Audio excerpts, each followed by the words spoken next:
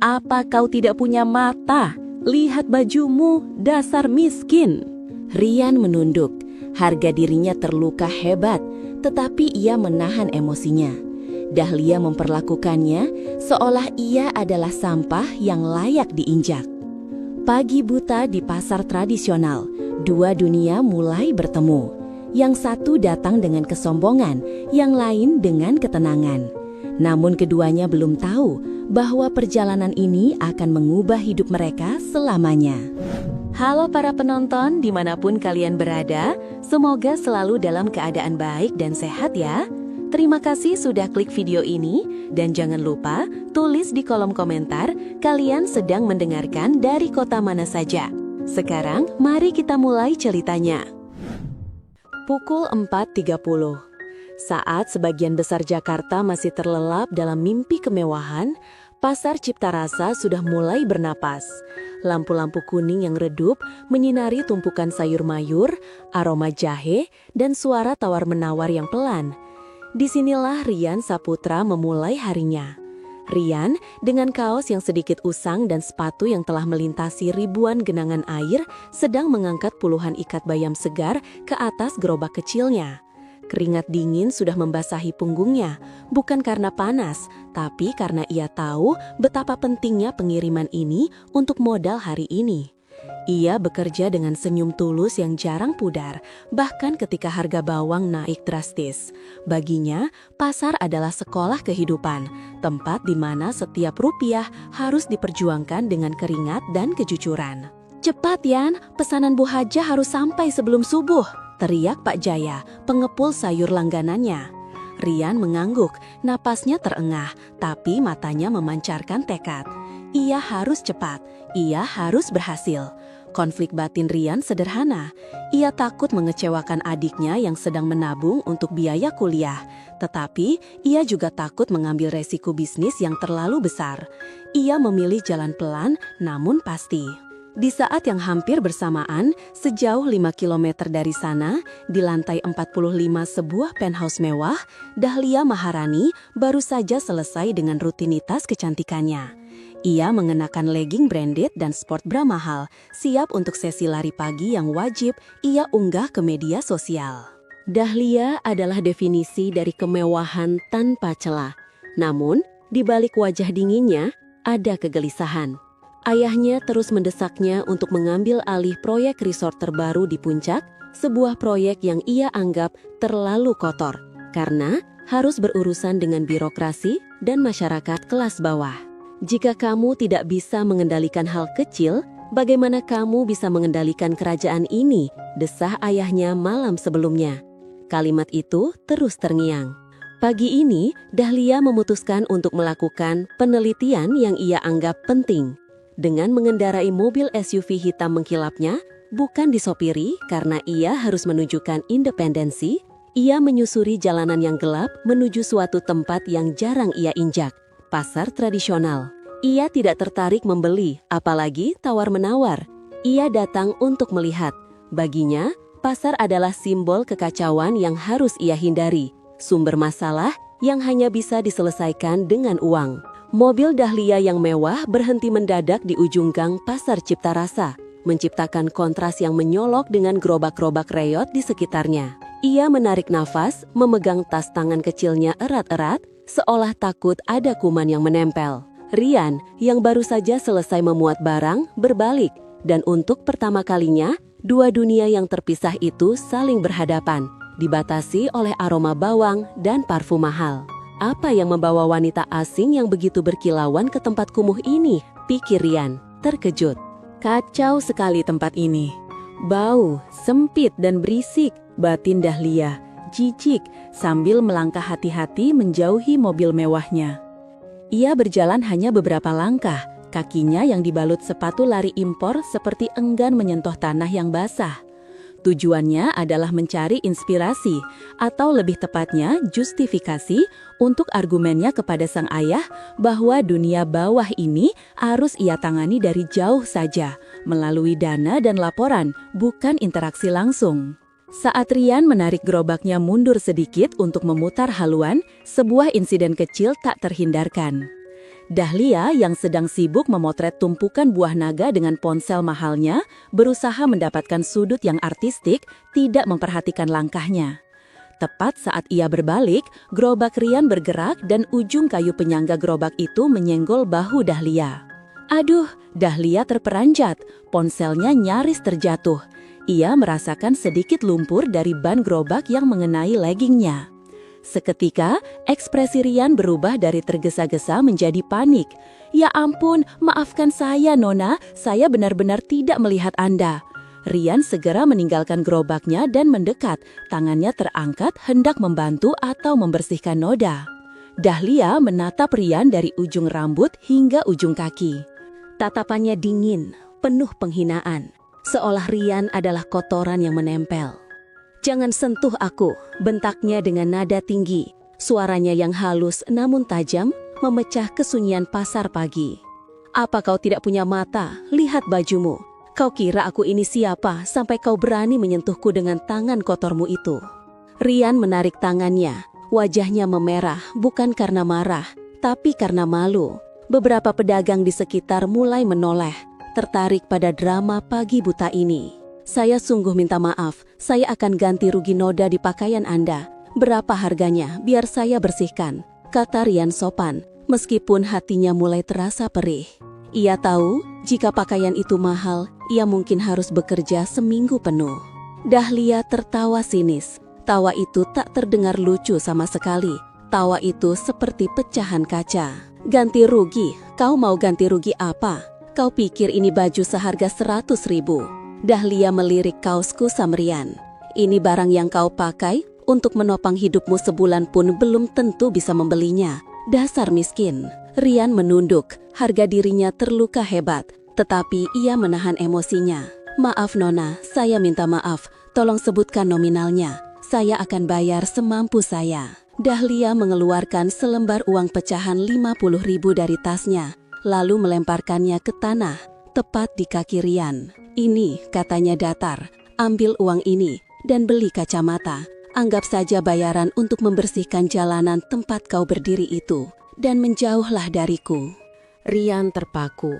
Uang itu tergeletak di tanah, simbol penghinaan yang menyakitkan. Ia tidak pernah merasa sekecil ini di tempat yang ia sebut rumah kedua ini.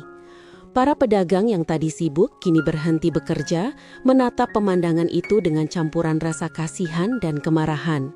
Mereka tahu Rian adalah pemuda baik-baik. Dahlia menatap Rian dengan tidak sabar, matanya menunjukkan kebosanan. "Cepat ambil, aku tak punya waktu melihat drama pagimu ini. Atau kau mau kuambilkan sapu?" ucapnya sinis, membuat beberapa pedagang mendesis pelan. Mata Rian bertemu dengan tatapan Bu Ijah, penjual cabai di sampingnya, yang menggeleng pelan, isyarat agar Rian menahan diri. Rian menarik nafas dalam-dalam. Ia ingat pesan almarhumah ibunya, "Jangan pernah kehilangan harga dirimu di hadapan siapapun, sekaya apapun mereka." Perlahan, Rian membungkuk.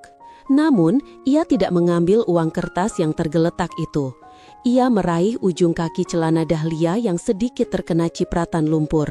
Kemudian, dengan mata tertuju pada lumpur itu, Rian menggunakan jarinya untuk mengambil sedikit lumpur basah tersebut, lalu mengusapkannya ke celana legging Dahlia di area yang sama, sedikit lebih lebar dari noda awal. Dahlia terkesiap, terkejut dengan tindakan tak terduga itu. "Apa yang kau lakukan? Dasar gila!" Rian berdiri tegak, tangannya kotor oleh lumpur. Ia menatap lurus ke mata Dahlia tanpa rasa takut, tetapi dengan kesedihan yang mendalam. "Nona, ini lumpur, kotoran yang sama dari jalanan yang sama. Harga diri saya tidak seharga 50.000, kata Rian dengan suara tenang namun penuh getaran. Ia lalu menunjuk noda yang baru dibuatnya. "Sekarang, noda di celana Anda memang tidak bisa diperbaiki, sama seperti perkataan Anda yang telah menodai tempat ini." Rian kemudian mengambil selembar tisu bersih dari saku celananya, tisu yang biasanya ia gunakan untuk membersihkan timbangan, lalu membersihkan jarinya dengan hati-hati. Ia melangkah mundur dari uang di tanah, meninggalkan Dahlia yang terpaku, menatap lumpur yang kini lebih jelas di pakaiannya. "Saya minta maaf atas gerobak saya, tapi saya tidak bisa menerima penghinaan Anda," tutup Rian. Ia kemudian mendorong gerobaknya menjauh, meninggalkan keramaian, menuju rute pengirimannya yang sudah terlambat. Dahlia berdiri membatu. Reaksi Rian benar-benar di luar perhitungan skenario hidupnya yang penuh kemudahan. Rasa marah bercampur dengan rasa tak nyaman yang baru ia rasakan. Seorang pedagang tua, Pak Amir, mendekat perlahan lalu mengambil uang 50.000 dari tanah. Ia menyerahkannya kepada Dahlia. "Nona, dia sudah meminta maaf. Di sini kami hidup dari keringat, bukan dari uang yang dilempar," katanya lembut, penuh wibawa. Dahlia menerima uang itu, tangannya sedikit gemetar. Ia menatap punggung Rian yang menjauh. Ia datang ke pasar untuk mencari masalah yang bisa ia hindari, tetapi kini ia membawa pulang masalah baru. Rasa malu yang perlahan menggerogoti kesombongannya. Siapa pria itu? Beraninya dia, batin Dahlia. Tatapan matanya berubah menjadi campuran penasaran dan dendam. Ia tidak akan membiarkan seorang pria miskin merusak suasana hatinya di pagi hari, apalagi di depan umum. Dahlia kembali ke mobilnya, menatap noda lumpur yang kini terasa seperti luka di hatinya. Ini bukan tentang kotoran fisik, tapi kotoran emosional, rasa malu yang ditanamkan oleh seorang pria yang ia anggap tak berarti. Ia harus menemukan Rian, bukan untuk meminta ganti rugi, tetapi untuk menempatkan pria itu kembali di tempat yang seharusnya, di bawah kakinya. Sesampainya di kantornya yang mewah, di mana lantai marmernya berkilauan seolah menolak debu, Dahlia mengabaikan jadwal rapat paginya.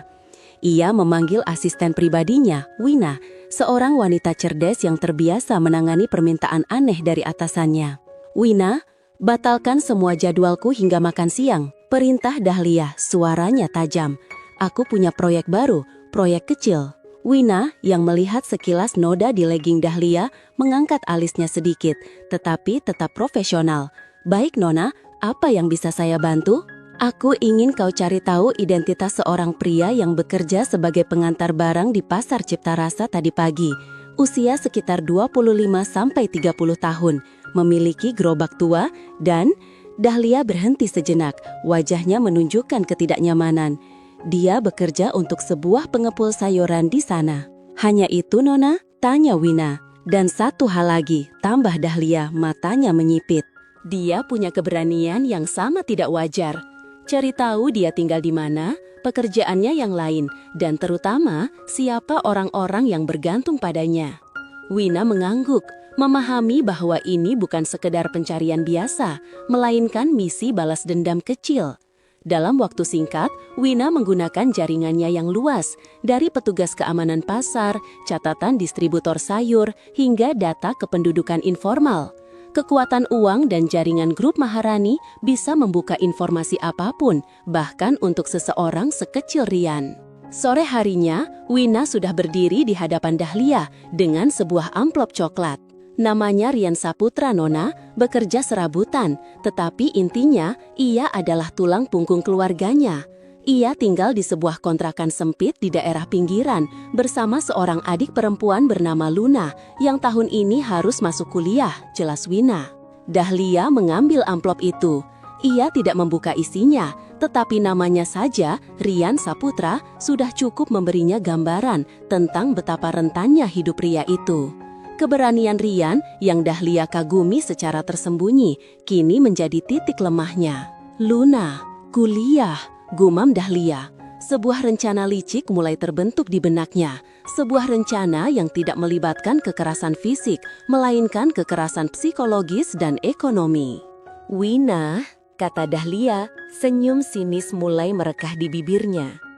"Aku ingin kau siapkan sesuatu, sebuah proposal. Aku akan membantu Rian agar dia bisa tahu bahwa di dunia ini ia harus memilih jalannya dengan hati-hati, bahwa harga diri harus dibayar dengan harga yang setimpal." Dahlia memerintahkan Wina untuk menyusun sebuah surat resmi dari Yayasan Amal Grup Maharani. Isinya, beasiswa penuh untuk seorang mahasiswa bernama Luna Saputra, adik Rian. Tentu saja, beasiswa itu memiliki beberapa syarat tersembunyi yang hanya diketahui oleh Dahlia. Keesokan harinya, Rian menjalani hari yang berat. Gerobaknya sempat mogok, dan ia merasa harga dirinya masih perih akibat insiden di pasar. Saat ia kembali ke kontrakannya sore hari, ia melihat adiknya, Luna, sedang tersenyum lebar sambil memegang amplop tebal berlogo yayasan terkenal. "Mas Rian, lihat ini, keajaiban!" seru Luna, matanya berbinar. "Aku dapat beasiswa penuh dari Yayasan Maharani. Semua biaya kuliahku ditanggung, kita tidak perlu khawatir lagi." Hati Rian seharusnya melonjak bahagia, tetapi sesuatu terasa mengganjal. Yayasan Maharani? Rian mengambil amplop itu. Di sana tertera nama Yayasan Bakti Maharani. Ia membolak-balik suratnya, membaca detailnya dengan cermat. Semuanya terlihat sempurna. Biaya kuliah, biaya hidup, bahkan laptop baru. Terlalu sempurna. "Kau melamar beasiswa ini, Lun?" tanya Rian, berusaha terdengar biasa saja. "Tidak, Mas. Mereka yang menghubungi sekolah dan wali kelasku karena prestasiku bagus. Mereka bilang ini adalah program bantuan mendadak untuk siswa berprestasi yang membutuhkan," jawab Luna polos. Rian tahu ini bukan kebetulan. Ini adalah perangkap, atau lebih tepatnya, sebuah tali yang dilemparkan Dahlia untuk mengikatnya. Dahlia menggunakan impian terbesar adiknya sebagai alat balas dendam. Malam itu, saat Luna sudah tidur, Rian memutar otak. Ia tidak bisa menolak beasiswa itu. Menolak berarti menghancurkan masa depan adiknya. Namun, menerima berarti ia berutang budi, dan Dahlia pasti akan menagih utang itu dengan cara yang paling menyakitkan. Keesokan paginya, Rian memberanikan diri. Ia tidak menghubungi yayasan itu, tetapi langsung menuju kantor pusat grup Maharani yang menjulang tinggi bak Istana Kaca. Ia meminta bertemu dengan manajer yayasan atau siapapun yang bertanggung jawab. Setelah menunggu lama di lobi yang dingin, Rian tidak bertemu dengan manajer yayasan, melainkan Dahlia Maharani sendiri. Dahlia turun dari lift mengenakan setelan kantor yang elegan, berjalan lurus menuju pintu keluar, ditemani Wina. Rian segera menghampirinya. "Nona Dahlia," panggil Rian. Dahlia menghentikan langkahnya. Ia menoleh dengan ekspresi terkejut yang sangat dibuat-buat. "Oh kau, si tukang angkut dari pasar. Ada apa? Kau sudah menghabiskan uang 50.000 itu dan mau minta lagi?" "Ini tentang beasiswa adik saya," kata Rian, berusaha menjaga suaranya tetap tenang di tengah pandangan mata para karyawan. "Saya tahu ini adalah pekerjaan Anda. Berapa harganya? Berapa yang harus saya bayar agar Anda mencabut beasiswa ini dan membiarkan adik saya menjalani hidup normal?" Dahlia tersenyum, senyum yang dingin dan mematikan. Ia mendekat, merendahkan suaranya, tetapi setiap kata terasa seperti cambuk.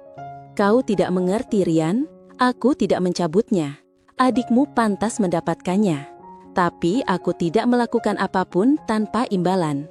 Imbalan itu adalah dirimu." Dahlia menyerahkan sebuah kartu nama elegan kepada Rian. Di sana bukan tertulis jabatan CEO, melainkan nama dan nomor pribadinya. "Mulai sekarang, kau adalah pelayan pribadiku, Rian Saputra. Aku akan memanggilmu dan kau harus datang, kapanpun, dimanapun. Anggap saja ini adalah biaya yang harus kau bayar karena telah berani mengotori sepatuku dan yang lebih penting telah mengotori harga diriku di pasar," bisiknya. "Terima ini atau telepon adikmu dan katakan impiannya sudah berakhir." Rian berdiri mematung di lobi mewah itu, mencengkeram kartu nama Dahlia. Ia tidak punya pilihan, demi Luna, ia akan menelan harga dirinya. Ia menghela napas, sebuah janji pahit kepada dirinya sendiri. "Baik Nona Dahlia, saya akan lakukan apapun yang Anda minta, asalkan beasiswa Luna aman." Dahlia tersenyum puas. Itu adalah kemenangan manis yang ia nantikan. "Bagus, hari ini kau libur. Besok aku akan mulai menggunakan jasamu." Keesokan harinya, Rian bersiap bekerja di pasar, tetapi ia gelisah. Ponsel lamanya diletakkan di dekatnya, menunggu panggilan yang bisa datang kapan saja. Pukul 9, layar ponselnya menyala, menampilkan nomor asing, nomor pribadi Dahlia. "Halo Rian, tugas pertamamu," suara Dahlia terdengar riang. "Aku butuh sepasang sepatu heels merahku yang tertinggal di apartemenku di Pondok Indah. Diantar ke kantor pusatku sekarang juga.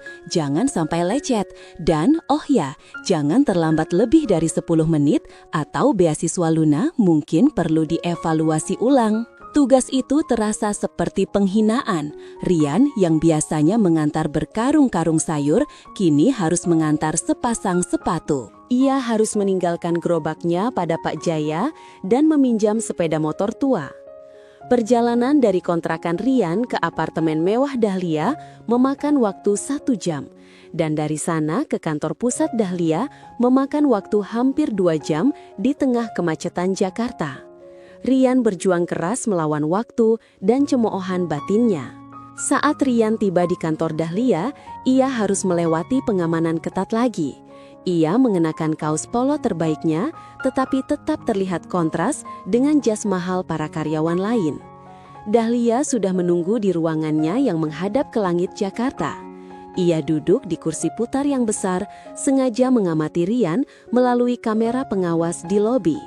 Ketika Rian memasuki ruangan, ia memegang kotak sepatu itu dengan kedua tangan, hati-hati seperti membawa permata. "Kau terlambat 7 menit, kata Dahlia datar, tanpa menoleh, masih fokus pada layar komputernya.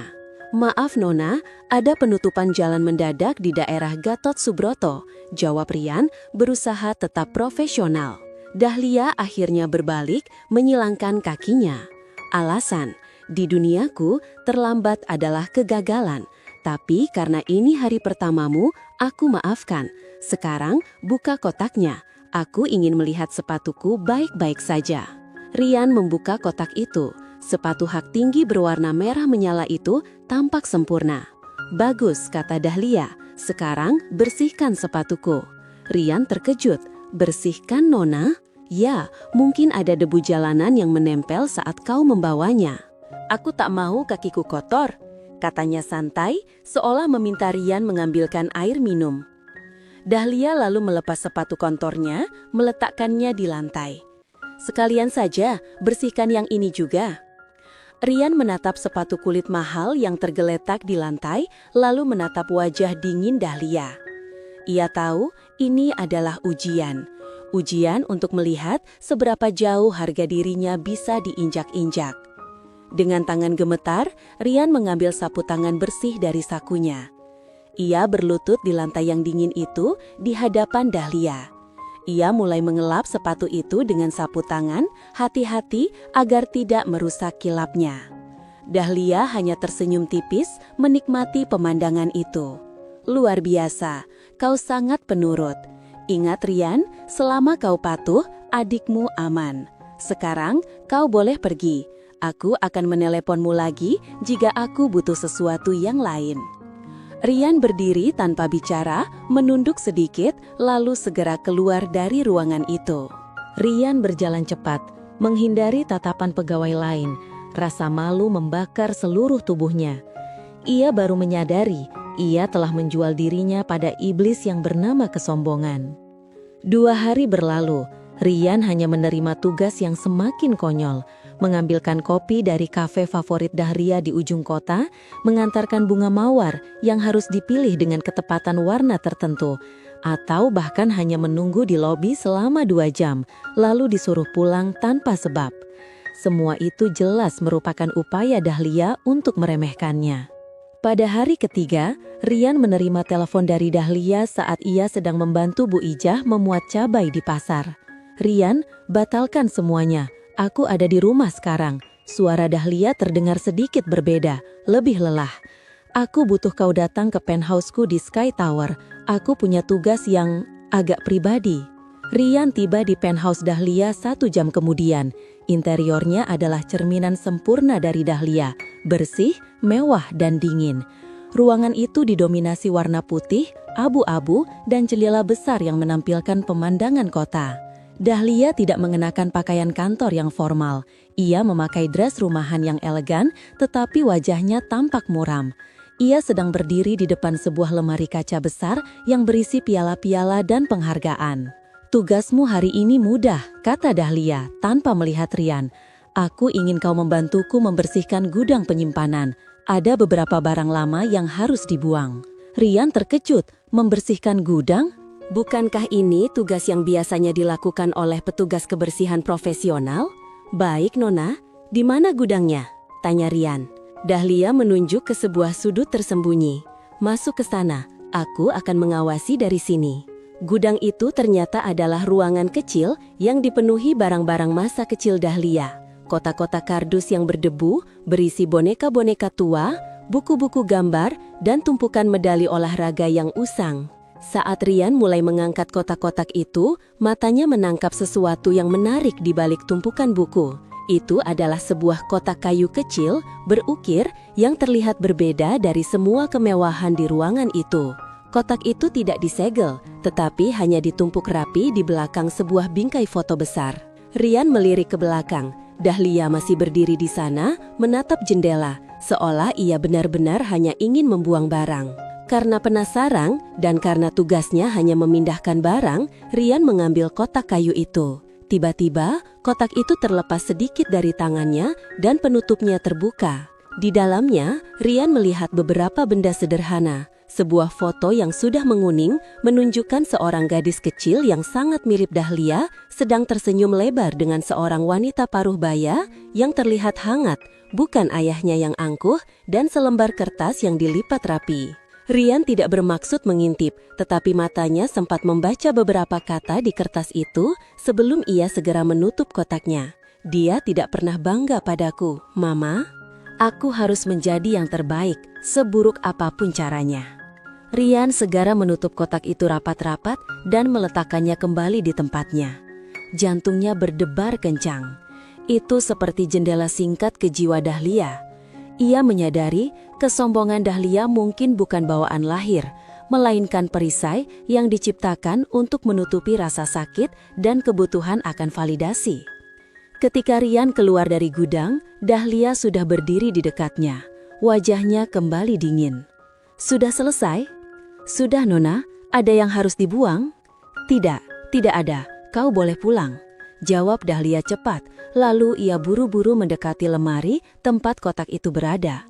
Ia memeriksa kotak itu dengan tatapan cemas, seolah takut ada yang hilang. Rian mengamati perubahan ekspresi itu. Ia melihat sekilas kerentanan yang belum pernah ia lihat. Kini Rian menyadari, Dahlia tidak hanya menyakiti orang lain, ia juga menyakiti dirinya sendiri. Keesokan harinya, Dahlia kembali ke mode kesombongan penuh. Ia memanggil Rian ke kantornya untuk mengambilkan kopi dari kedai favoritnya di seberang kota, seperti biasa. Ini adalah tugas yang memakan waktu minimal 2 jam. Pastikan suhunya pas, tidak boleh terlalu panas atau terlalu dingin, dan jangan pernah minta diskon atau menggunakan poin loyalty bodohmu di sana, perintah Dahlia, tatapannya tajam. "Baik, Nona," jawab Rian. Namun kali ini ada perbedaan. Alih-alih hanya pergi, Rian menyempatkan diri untuk berhenti di sebuah toko obat kecil. 2 jam kemudian, Rian kembali dengan kopi Dahlia yang sempurna. Dahlia mencicipinya dan mengangguk puas. "Luar biasa, kau lulus lagi," katanya meremehkan. "Sekarang kau boleh pergi." "Tunggu, Nona Dahlia." Rian menahan diri. Ia mengeluarkan sebuah kantong kertas kecil dari sakunya. "Apalagi ini? Jangan bilang kau memberiku hadiah. Aku tidak butuh hadiah murahmu," cibir Dahlia. "Bukan hadiah, Nona. Itu hanya vitamin. Saya lihat Anda sering minum kopi dan jarang istirahat. Ini bagus untuk menjaga stamina Anda," kata Rian, meletakkan kantong itu di meja. Dahlia menatap kantong vitamin itu, lalu menatap Rian. Ekspresinya bingung. Ini bukan perlawanan, ini adalah kepedulian yang tulus. Reaksi yang sama sekali tidak ia harapkan. "Kau berani memberiku saran kesehatan? Urusi saja dirimu sendiri," Dahlia mendesis, berusaha mengembalikan suasana menjadi konfrontatif. "Saya tidak bermaksud kurang ajar, saya hanya khawatir," jawab Rian lembut. Saya melihat bagaimana Anda bekerja. Anda terlihat sangat lelah, Nona. Bahkan orang kaya pun butuh istirahat. Saya tahu bagaimana rasanya harus membuktikan diri setiap hari. Itu melelahkan. Kalimat terakhir itu seperti menembus perisai Dahlia. Rian menggunakan pengetahuan tentang konflik batin Dahlia untuk meresponsnya. Wajah Dahlia menegang. Ia teringat kata-kata di kotak kayu itu. Bagaimana mungkin pria miskin di hadapannya ini yang ia remehkan bisa melihat kelelahan yang selalu ia tutupi dari dunia. "Kau lancang sekali," ujar Dahlia. Suaranya sedikit bergetar karena emosi yang tertahan. "Juallah kembali vitamin itu. Aku tidak butuh belas kasihanmu." "Baik, Nona, saya tidak akan memberikannya lagi," kata Rian. Ia mengambil kantong itu, membungkuk hormat, dan pergi. Ia tidak berdebat, tidak merengek, hanya menunjukkan kepedulian. Dahlia duduk termenung setelah Rian pergi. Ia menatap kepergian Rian. Ia merasa kesal, marah, tetapi ada juga rasa hangat yang aneh di hatinya. Rian tidak membalas penghinaannya dengan amarah, tetapi dengan kebaikan. Hal ini membuatnya merasa bersalah, sebuah emosi yang jarang ia rasakan. Malam itu, saat Dahlia akan tidur, ia memikirkannya. Kenapa Rian tidak marah? Kenapa dia peduli? Ia mulai bertanya-tanya, apakah harga dirinya benar-benar bernilai menginjak-injak orang lain? Namun, rasa takut pada ayahnya dan kebutuhan untuk mempertahankan citra yang sempurna segera menepis keraguan itu. Ia harus menguatkan diri. Keesokan harinya, Dahlia memanggil Rian untuk tugas yang jauh lebih publik. Malam ini ada acara gala dinner penggalangan dana di Grand Ballroom untuk Yayasan Maharani. Jelas Dahlia menunjuk keundangan mewah yang tergeletak di mejanya. "Kau akan datang bersamaku." Rian terkejut. "Saya datang ke acara resmi? Sebagai apa, Nona?" Dahlia tersenyum jahat. "Sebagai asisten pribadi baruku. Kau akan membantuku mengurus detail kecil, membawa dompetku, dan yang paling penting, kau akan membawakan laporan beasiswa Luna." Rian mengerti. Laporan itu adalah pengingat visual tentang ikatan yang mengikatnya pada Dahlia. Ini adalah cara Dahlia untuk memastikan Rian tidak mencoba kabur atau mempermalukannya. "Kau harus datang mengenakan pakaian yang pantas. Aku sudah menyiapkan pakaian yang akan kau kenakan. Jangan khawatir, itu tidak dibeli dari pasar loa," cibir Dahlia. Sore itu, di apartemen Dahlia, Rian menemukan sebuah setelan jas sederhana namun pas dan sepatu kulit yang baru. Rian mengenakannya. Untuk pertama kalinya, ia melihat dirinya dalam pakaian mahal. Ia terlihat berbeda, lebih berwibawa meskipun ia tidak terbiasa. Malam harinya, Rian dan Dahlia tiba di Grand Ballroom, musik klasik menggema, lampu kristal berkilauan, dan ratusan tamu mengenakan pakaian paling mewah bertebaran. Rian merasa seperti ikan yang terseret dari sungai ke lautan. Dahlia mengenakan gaun malam yang memukau, berjalan dengan anggun, memamerkan Rian sebagai aksesoris terbarunya. Ia memperkenalkan Rian kepada beberapa koleganya sebagai asisten muda yang sangat berbakat dalam hal kepatuhan. Setiap perkenalan, Dahlia diselipi kalimat meremehkan yang membuat Rian menahan napas. Saat acara inti, ayah Dahlia, Tuan Bima Maharani, naik ke panggung. Tuan Bima adalah sosok yang keras dan berwibawa. "Malam ini kita merayakan kemurahan hati. Dan di sini ada putriku, Dahlia, yang baru saja berhasil mengidentifikasi calon mahasiswa berprestasi yang berhak menerima beasiswa penuh dari yayasan kita," ucap Tuan Bima. Dahlia tersenyum dan berjalan menuju Rian. "Rian, sekarang tugasmu. Serahkan laporan itu kepada ayahku," bisiknya, memberi isyarat agar Rian naik ke panggung. Rian membawa berkas tebal di tangannya naik ke panggung. Ia berdiri di samping Dahlia di hadapan ratusan pasang mata yang menatap. Ia melihat ayah Dahlia tersenyum bangga pada putrinya. Dahlia mengambil mikrofon dari ayahnya. Di balik laporan ini ada kisah inspiratif tentang seorang mahasiswa yang berjuang dari nol. Dan beasiswa ini juga mengingatkan kita semua bahwa bahkan orang yang kita anggap kecil, seperti pria yang membawa berkas ini pun dapat menjadi berharga asalkan mereka tahu tempat mereka. katanya menunjuk Rian. Rian berdiri tegak, berusaha mengabaikan penghinaan yang terselubung itu. Ia menyadari, ini adalah panggung puncak Dahlia. Panggung untuk memvalidasi kesombongannya di hadapan ayahnya dan seluruh kaum elit. Di detik itu, seorang tamu penting yang merupakan mitra bisnis lama ayah Dahlia tiba-tiba berjalan mendekati panggung. Orang itu adalah Tuan Hartono, seorang investor senior yang dikenal sangat dihormati. Tuan Hartono menatap Rian, lalu menatap Dahlia. Wajahnya menunjukkan ekspresi terkejut yang luar biasa. Ia tampak mengenali Rian, bukan dari pasar, tetapi dari masa lalu yang jauh lebih penting.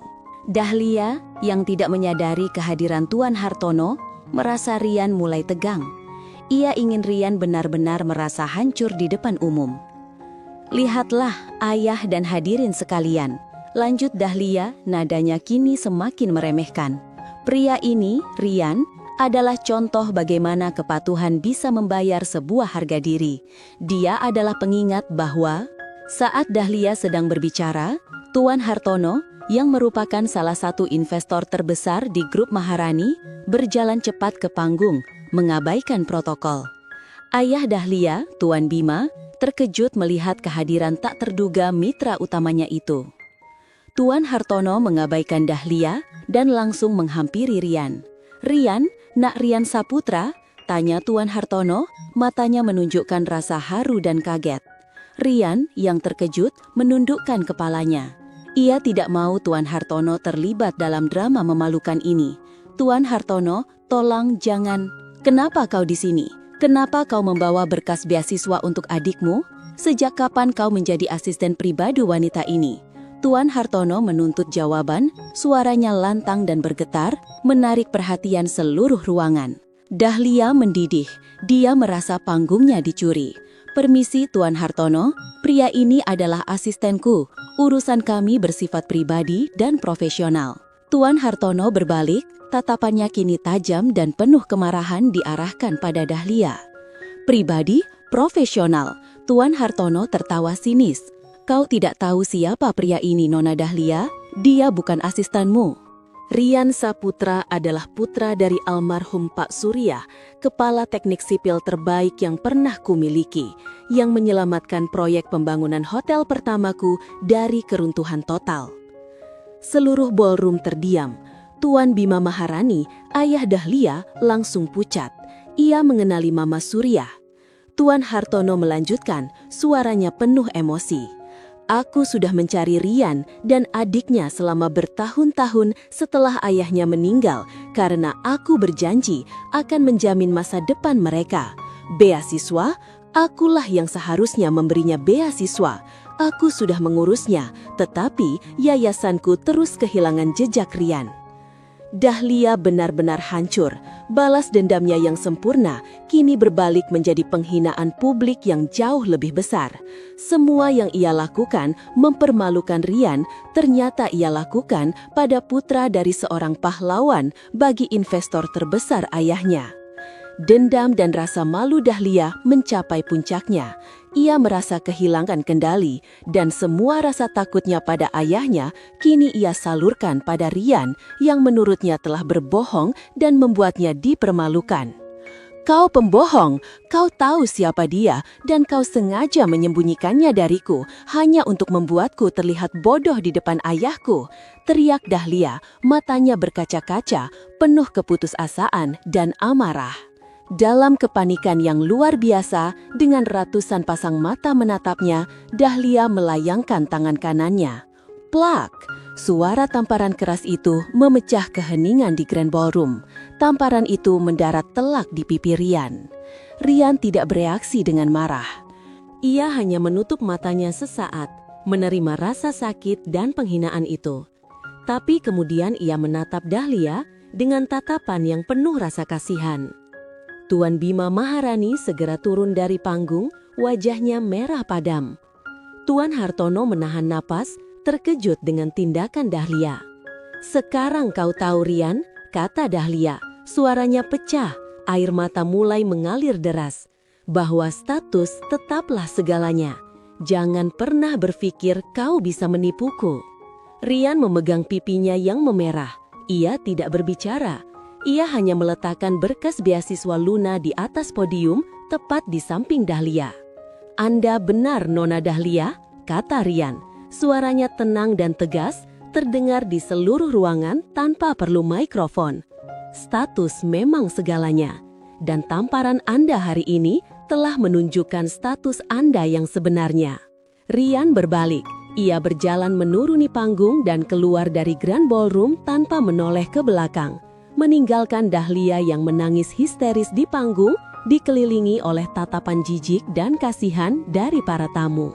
Segera setelah Rian pergi, suasana berubah menjadi kekacauan hening. Tuan Bima Maharani, yang malu luar biasa, menarik Dahlia turun dari panggung. "Apa yang kau lakukan, Dahlia? Apa yang sudah kau perbuat?" desis Tuan Bima. Amarahnya tertahan. Tuan Hartono mendekat, wajahnya keras. "Bima, aku tidak tahu apa yang dilakukan putrimu pada Rian, tetapi aku tidak akan membiarkannya. Aku janji pada almarhum Surya, dan putrimu telah menghina Rian di depan umum." "Hartono, tunggu. Aku akan selesaikan ini. Aku akan minta maaf." Tuan Bima berusaha menenangkan. "Permintaan maaf tidak cukup," potong Tuan Hartono. "Besok pagi, semua investasiku di proyek resort putrimu akan kutarik kembali. Cari penggantiku. Aku tidak akan bekerja sama dengan orang yang memelihara arogansi semacam ini." Pernyataan Tuan Hartono itu adalah pukulan telak. Proyek resort Dahlia langsung terancam gagal.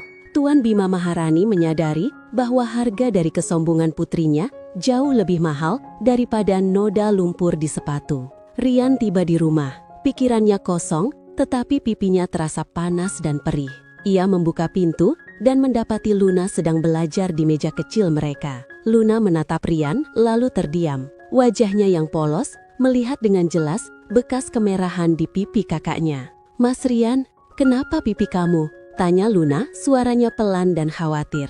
Rian mencoba tersenyum, tetapi gagal. "Tidak apa-apa, Lun, hanya kecelakaan kecil." "Jangan bohong, Mas." Luna berdiri mendekati Rian. "Aku lihat beritanya di ponselku. Acara yayasan tadi. Ada video pendek yang viral di grup sekolah. Video di mana seorang wanita menampar kamu di depan banyak orang." Air mata Luna mulai menetes. Ia memeluk Rian. "Kenapa Mas Rian harus melakukan itu? Kenapa Mas harus jadi asisten pribadi wanita itu? Itu pasti karena beasiswa kan? Kenapa Mas tidak bilang?" Konflik batin Rian meledak. Ia selama ini menyembunyikan kebenaran demi melindungi Luna. "Aku minta maaf, Luna. Aku hanya ingin kamu kuliah. Aku tidak mau kamu kehilangan kesempatan itu," lirih Rian, memeluk adiknya erat-erat. "Aku tidak butuh beasiswa yang harus dibayar dengan harga diri Mas Rian," seru Luna. Ia melepaskan pelukan itu, menatap Rian dengan tatapan terluka. "Aku lebih baik berhenti kuliah dan berjualan di pasar daripada Mas dipermalukan seperti itu. Mas Rian sudah membohongi aku." Keesokan paginya, Rian meninggalkan kontrakan dengan hati yang berat. Luna tidak mau bicara dengannya. Rian tahu ia harus memperbaiki kepercayaan adiknya, dan itu berarti ia harus bertindak dengan kejujuran penuh. Saat Rian tiba di pasar, Tuan Hartono sudah menunggunya di kedai kopi sederhana. Tuan Hartono segera memeluk Rian. "Nak Rian, aku minta maaf atas apa yang terjadi. Aku tidak tahu bahwa Putri Bima akan seburuk itu. Aku seharusnya mencari tahu lebih cepat," kata Tuan Hartono tulus. Rian duduk di hadapan Tuan Hartono. "Saya tidak menyalahkan Anda, Tuan. Ini adalah pilihan saya. Aku sudah mencarimu lama. Aku berutang budi pada ayahmu, Surya. Ia adalah pria yang jujur. Aku ingin menepati janjiku. Aku akan membiayai kuliah Luna sepenuhnya, dan aku ingin kau bergabung denganku. Kau punya mata yang tajam dan jujur, Nak. Kau bisa memimpin salah satu proyekku," tawar Tuan Hartono.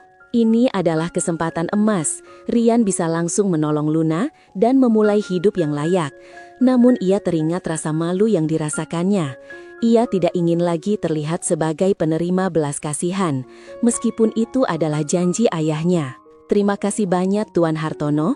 Untuk Luna, saya akan terima bantuan Anda. Saya tahu Anda melakukannya demi ayah saya, dan Luna berhak atas itu," kata Rian. Tapi untuk pekerjaan, saya minta waktu. Saya ingin membuktikan kepada Luna dan diri saya sendiri bahwa saya bisa berdiri tegak dengan keringat saya sendiri, bukan dengan jabatan yang diberikan karena janji masa lalu. Tuan Hartono menatap Rian dengan bangga. Kau benar-benar anak surya, jujur dan berpegang teguh pada prinsip. Baiklah nak, pintu kantorku selalu terbuka. Kapanpun kau siap, datanglah. Rian tersenyum, lega. Ia telah menemukan jalannya. Ia akan menerima bantuan untuk adiknya, tetapi ia akan membangun masa depannya sendiri. Dahlia sedang berdiri di tengah ruang tamunya yang dingin. Ia belum tidur semalaman. Tuan Bima Maharani masuk, amarahnya sudah mencapai puncak. Tuan Hartono menarik semua investasinya, Dahlia. Semua. Kau tahu apa artinya ini? Proyek resort kita di ambang kegagalan. Semuanya karena tamparan bodohmu, hardik Tuan Bima. Ayah, pria itu menipuku. Dia membuatku terlihat bodoh di depan semua orang. Teriak Dahlia membela diri. Air matanya kering. Menipumu? Atau kau yang menipu dirimu sendiri, Dahlia? Kau pikir kau siapa? Kau pikir uang bisa membeli harga diri orang lain? Kau menghina Rian, putra dari pria yang pernah menyelamatkan perusahaan Hartono. Tuan Bima menggeleng kecewa. Tuan Bima menatap Dahlia dengan tatapan yang penuh keputusasaan. Kau terlalu sombong, Dahlia. Kau pikir kau bisa menyelesaikan segalanya dengan uang dan cemoohan. Mulai sekarang, kau dicabut dari jabatan kepala proyek resort itu.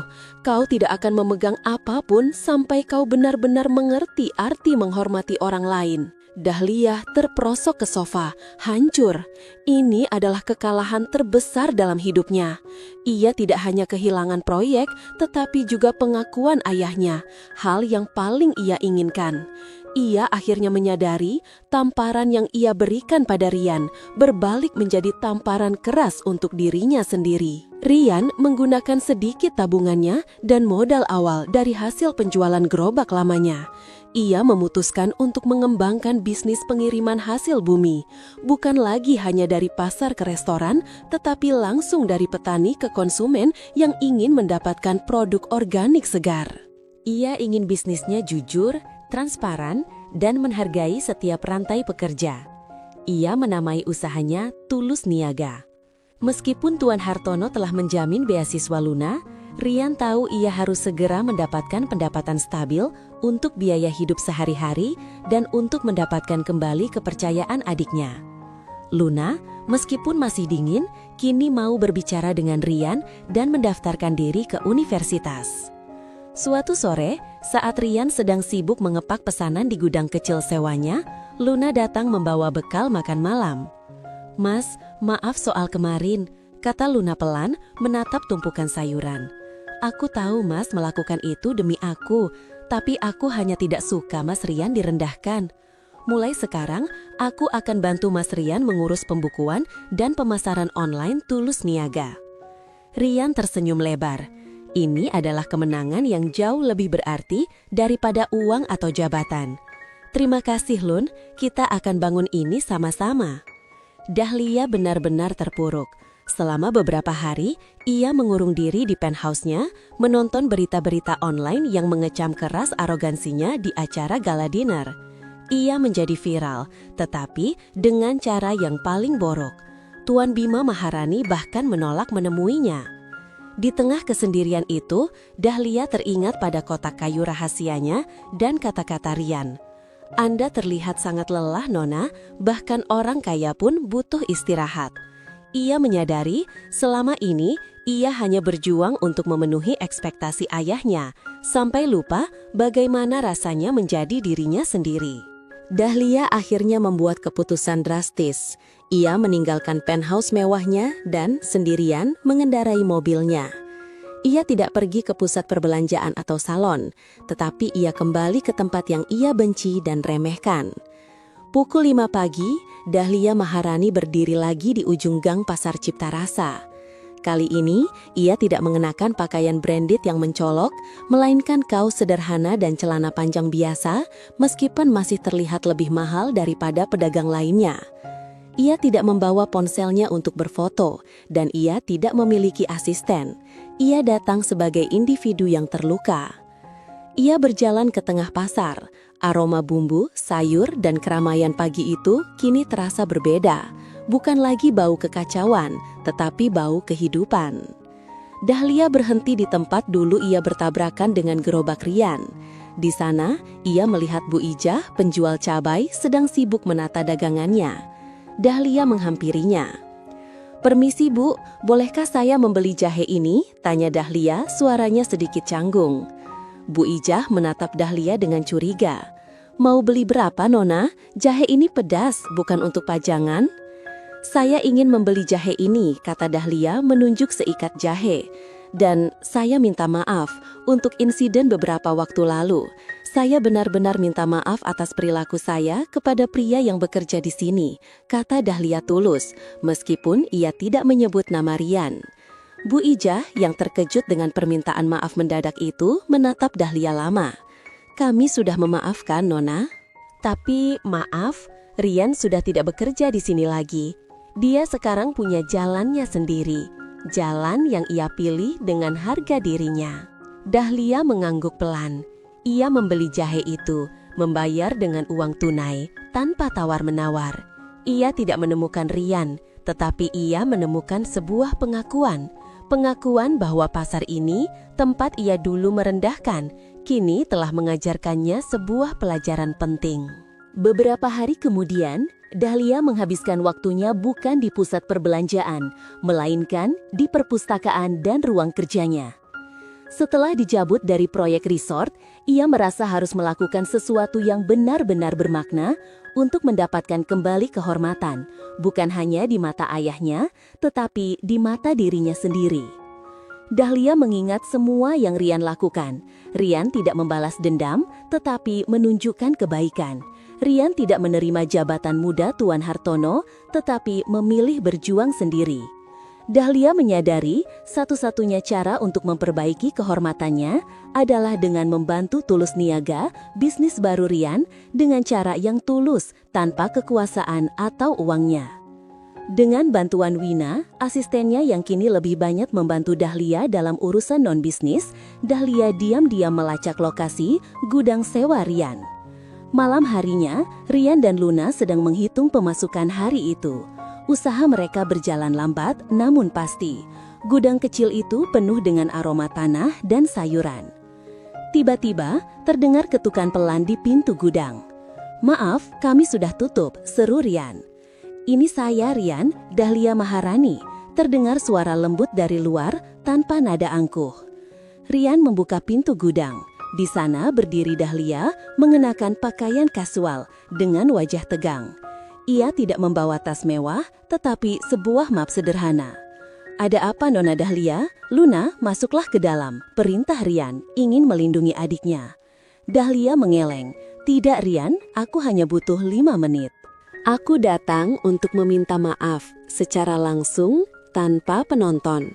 Rian menatapnya dingin. "Maaf Anda sudah viral di seluruh kota. Apalagi yang Anda inginkan?" Dahlia mengambil nafas dalam-dalam. "Aku tahu aku tidak bisa menghapus tamparan itu, Rian. Tamparan itu adalah titik terendahku. Aku membiarkan rasa takutku pada ayahku dan kesombonganku mengendalikan segalanya. Aku minta maaf sudah melukai harga dirimu di hadapan banyak orang dan yang terpenting di hadapan adikmu." Dahlia kemudian menyerahkan map yang dibawanya. "Ini bukan uang dan ini bukan blackmail," katanya cepat. "Ini adalah proposal pemasaran digital untuk Tulus Niaga Anda.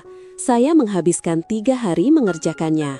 Saya tahu bagaimana mengelola citra publik. Bisnis Anda bagus, Rian, jujur dan tulus. Tapi Anda butuh strategi agar bisa menjangkau pasar yang lebih luas dan lebih elit, pasar yang saya kenal baik."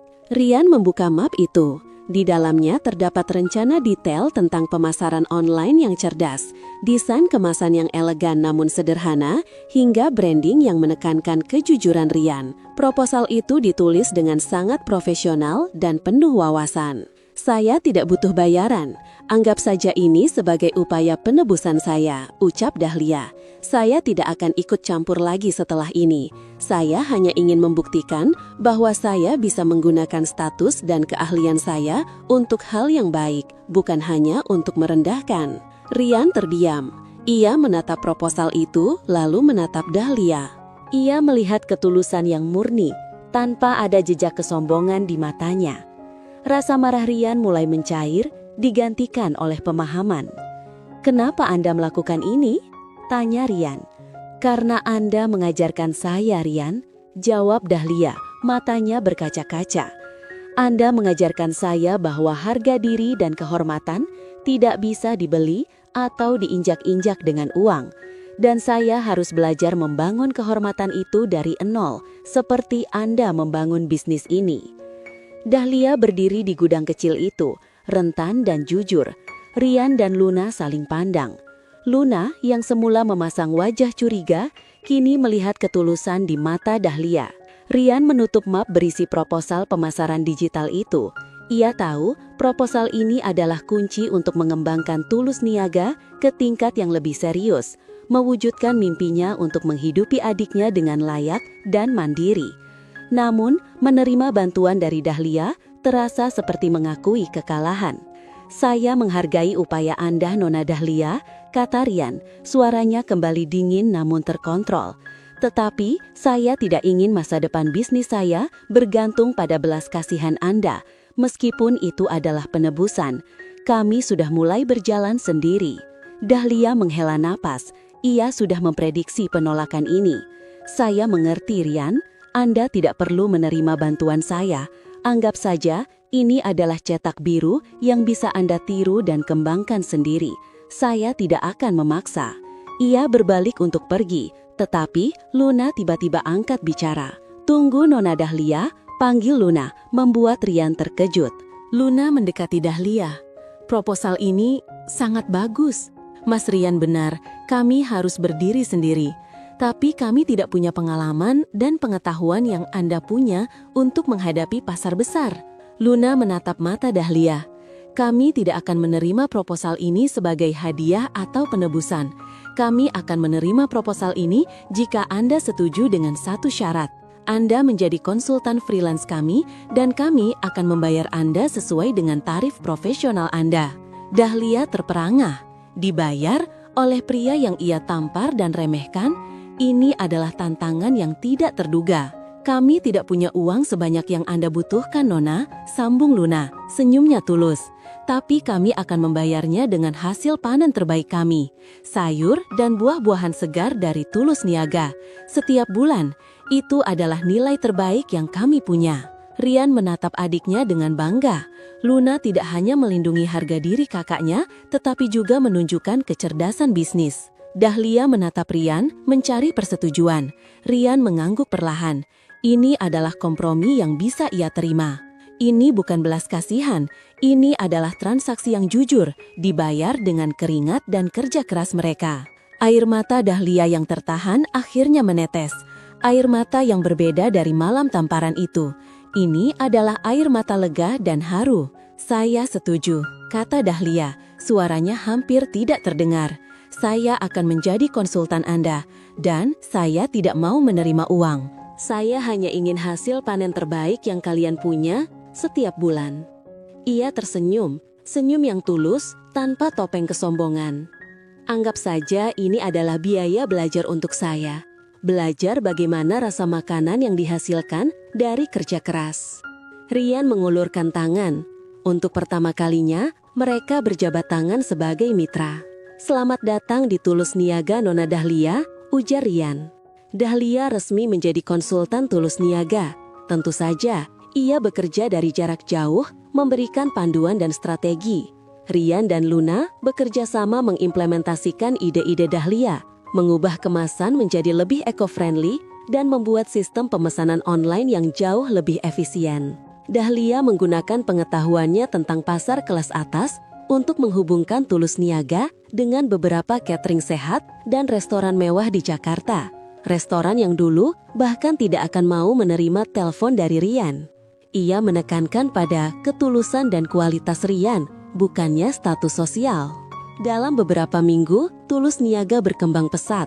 Pesanan melonjak drastis dan Rian harus merekrut beberapa pemuda dari pasar untuk membantunya. Luna dengan bangga memegang kendali penuh atas administrasi dan pemasaran. Setiap akhir bulan, Rian secara pribadi menyiapkan sebuah keranjang yang indah, berisi sayuran dan buah-buahan terbaik, hasil panen langsung dari petani, ditujukan untuk Dahlia. Ini adalah gaji Dahlia, sebuah pengingat akan kesepakatan jujur mereka. Dahlia, yang kini jarang keluar rumah dan fokus pada pekerjaan freelance, termasuk tulus niaga, menerima keranjang bulanan dari Rian. Isinya selalu segar, beraroma tanah, dan tertata rapi. Di dalamnya selalu ada kartu ucapan tulisan tangan dari Rian. Terima kasih atas panduan Anda, Nona Dahlia. Terima kasih atas panduan Anda, Nona Dahlia. Kualitas ini adalah yang terbaik yang bisa kami berikan. Dahlia tidak pernah menyentuh keranjang itu. Ia selalu meminta pengasuh rumahnya untuk memasak sebagian dan memberikan sisanya kepada staf apartemen. Suatu malam, Tuan Bima Maharani datang mengunjungi Dahlia. Hubungan mereka masih tegang.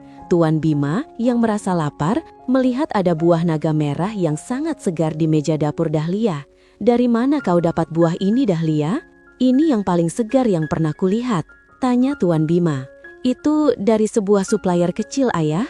Mereka mengirimnya setiap bulan," jawab Dahlia enggan. Tuan Bima memotong buah itu dan mencicipinya. Rasanya berbeda, tulus sekali. Siapa yang memasoknya? Dahlia menghela napas. Ia tahu kebenaran harus diungkapkan. "Itu dari Rian Saputra, Ayah, pria yang kutampar." Tuan Bima terdiam, terkejut. "Kau masih berhubungan dengannya?" Dahlia menjelaskan kemitraan mereka. Ia menjelaskan bagaimana ia hanya dibayar dengan hasil panen, dan bagaimana Rian menolak belas kasihan dan memilih kesepakatan profesional yang jujur. "Dia membayar saya dengan keringatnya, Ayah, bukan dengan uang Maharani," kata Dahlia.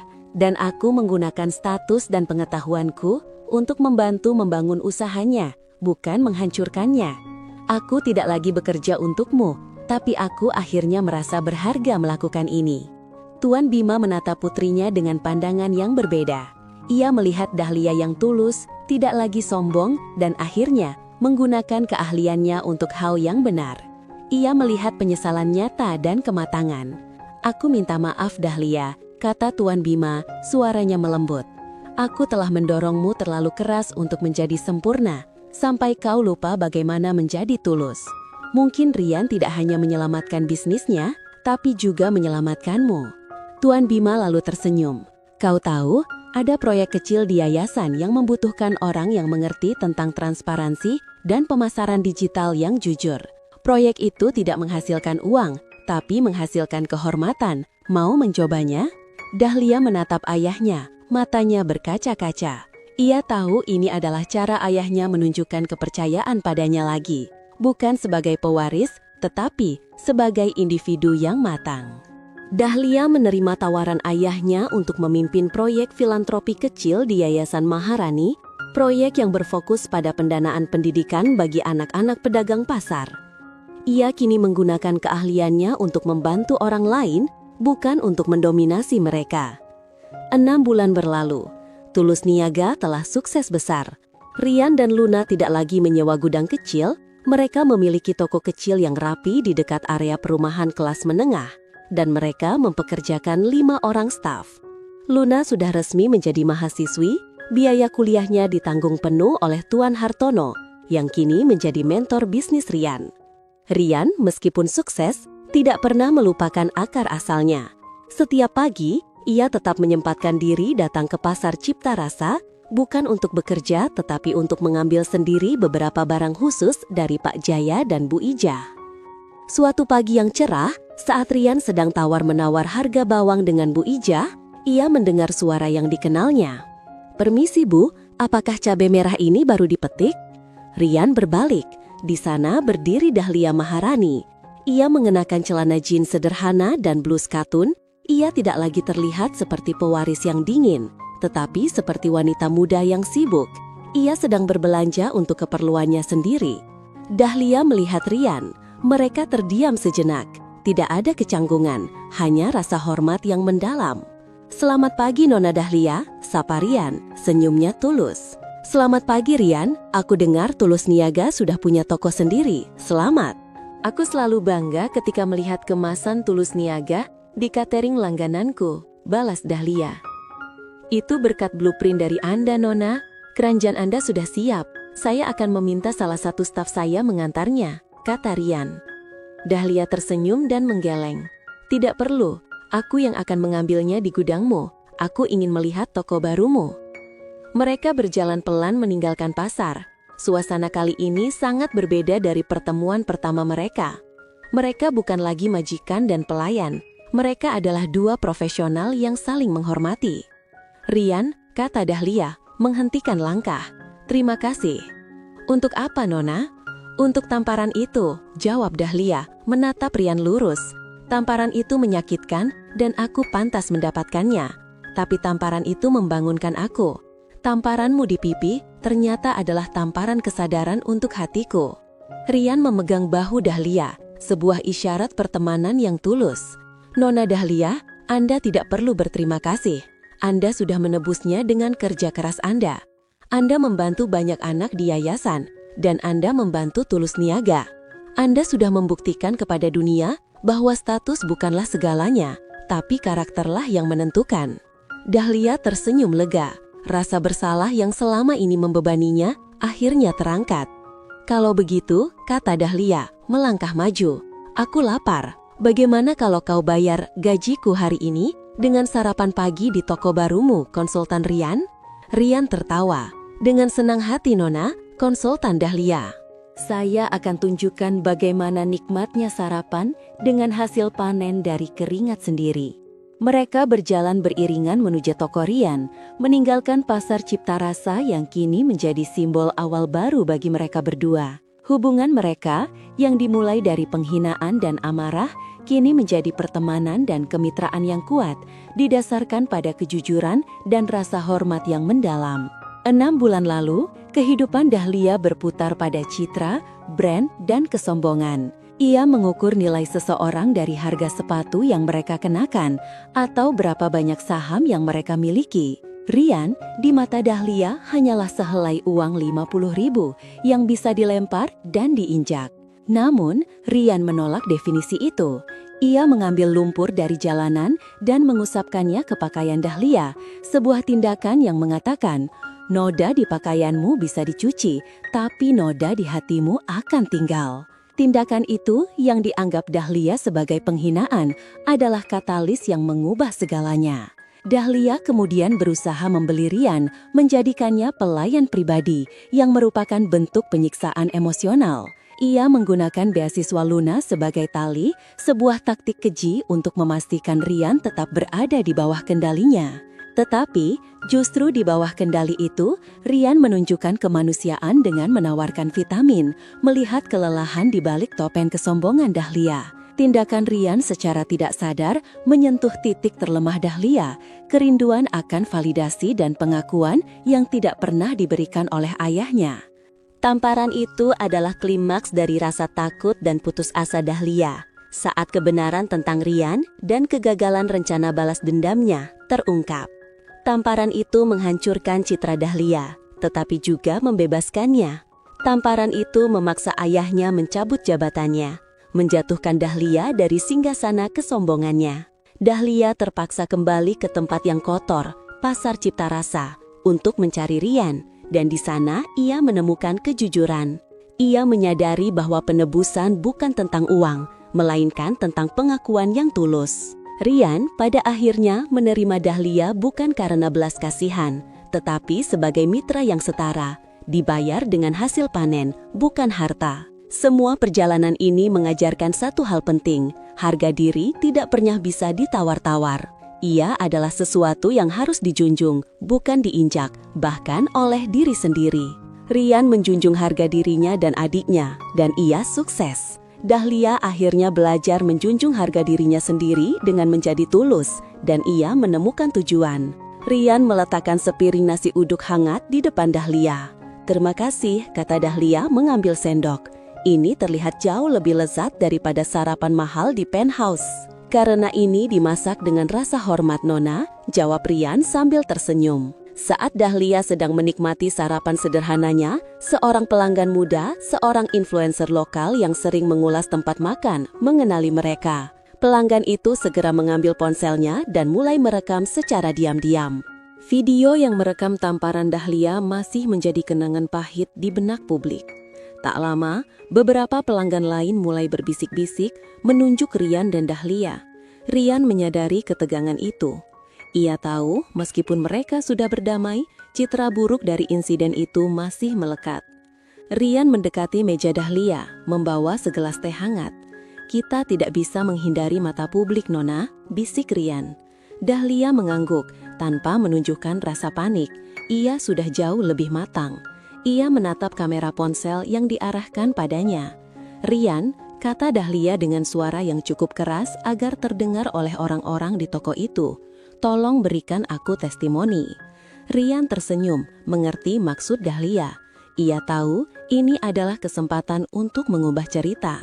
"Tentu Nona," konsultan Dahlia. "Testimoni tentang apa?" tanya Rian. "Tentang Tulus Niaga," jawab Dahlia.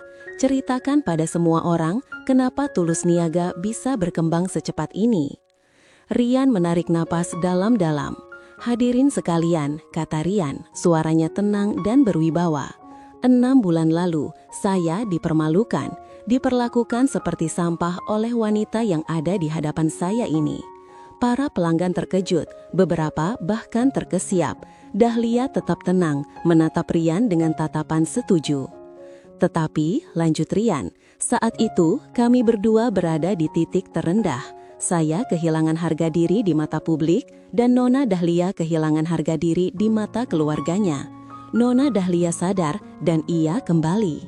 Ia tidak datang dengan uang untuk membeli diam saya, tetapi ia datang dengan keahliannya. Ia membayar saya bukan dengan uang, tetapi dengan pengetahuan yang ia miliki." Rian menunjuk ke rak sayuran yang tertata rapi. Proposal bisnis yang digunakan untuk membangun Tulus Niaga ini adalah hadiah tulus dari Nona Dahlia, dibayar dengan hasil panen terbaik kami. Ia mengajarkan saya bahwa status itu penting, tetapi kejujuran dan kerja keras adalah fondasi yang lebih kuat daripada warisan apapun. "Tamparan itu tidak meninggalkan bekas luka di pipi saya lagi," kata Rian tulus sambil menyentuh pipinya. "Tetapi tamparan itu telah meninggalkan pelajaran penting di hati kami berdua. Pelajaran bahwa menghormati orang lain adalah cara terbaik untuk menghormati diri sendiri." Dahlia kemudian berdiri. Ia memandang Rian, lalu menatap semua pelanggan yang kini mendengarkan dengan saksama, termasuk influencer yang merekam. "Rian benar," kata Dahlia. Suaranya kini penuh wibawa, tidak lagi angkuh. "Saya adalah wanita yang sombong, dan saya berutang pada Rian, tidak hanya permintaan maaf, tetapi juga penebusan. Hari ini, saya adalah pendukung setia Tulus Niaga dan Yayasan Maharani.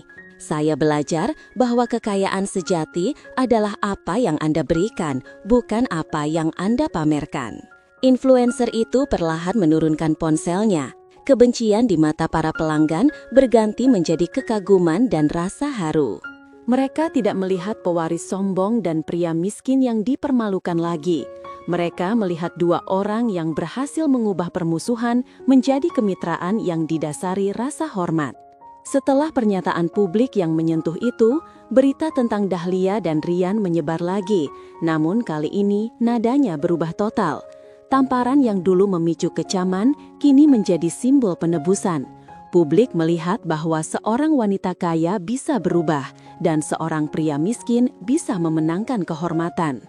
1 tahun kemudian, Tulus Niaga telah berkembang dari toko kecil menjadi distributor utama untuk rantai catering sehat di seluruh Jakarta, berkat visi Rian dan strategi cerdas dari Dahlia. Rian mempertahankan etos kerjanya yang jujur, memastikan setiap petani mendapatkan harga yang adil. Luna, yang kini berada di tahun keduanya di universitas, telah menjadi manajer operasional Tulus Niaga. Rian akhirnya mampu membeli rumah kecil yang layak, tempat ia dan Luna bisa hidup nyaman, bukan lagi di kontrakan sempit. Kepercayaan Luna kepada Rian telah pulih sepenuhnya, bahkan semakin kuat. Dahlia, yang kini menjabat sebagai kepala program filantropi di Yayasan Maharani, menemukan tujuan hidupnya yang sebenarnya. Proyeknya untuk anak-anak pedagang pasar berkembang pesat didasari oleh rasa empati yang ia peroleh dari pengalamannya bersama Rian. Ia tidak kembali ke proyek real estate ayahnya, tetapi ia mendapatkan sesuatu yang lebih berharga, rasa hormat yang tulus dari ayahnya dan masyarakat. Ia tidak lagi mengejar validasi, tetapi mengejar kebaikan.